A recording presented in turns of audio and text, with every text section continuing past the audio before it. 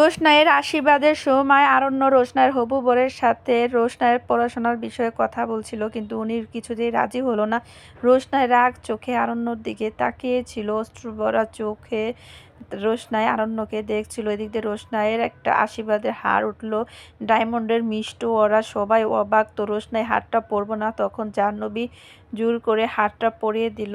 এদিক দিয়ে আরণ্য রোশনাইকে দেখছে, সবাই বলল আর কেউ আশীর্বাদ করবে। তারপর ছোট কাকা আশীর্বাদ করতে গেল রোশনাইকে, আর বলল রোশনাই তোকে দেওয়ার মতন তো আমার কাছে কিছুই নেই, আমি তোর গরিব কাকা, এর জন্য তোকে একটা ঘড়ি দিলাম, ঘড়ির টাইম যখনই দেখবি আমার কথা মনে পড়বে। এতে রোশনাই আরো অনেক কেঁদে ফেললো। তখনই ছোট কাকা বলল এখন আরণ্য আশীর্বাদ করবে। তখনই সুরঙ্গমা বলল না, আরণ্য আশীর্বাদ করার আগে রোশনাইয়ের হবু বর আশীর্বাদ করবে।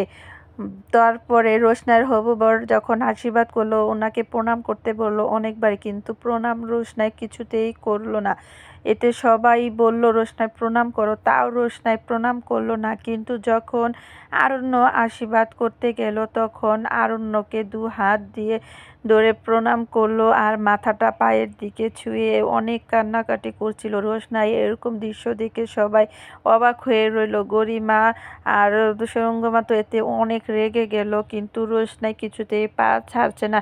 যখনই গরিমা বলল ওর তো একটা সিন না করলে হয় না, ওর তো ভাবের শেষ নেই, তখন সুরঙ্গমা বলল ওর হবু বরকে যখন প্রণাম করতে বললাম তখন প্রণাম করলো না, এখন আরণ্যর পা ধরে বসে আছে।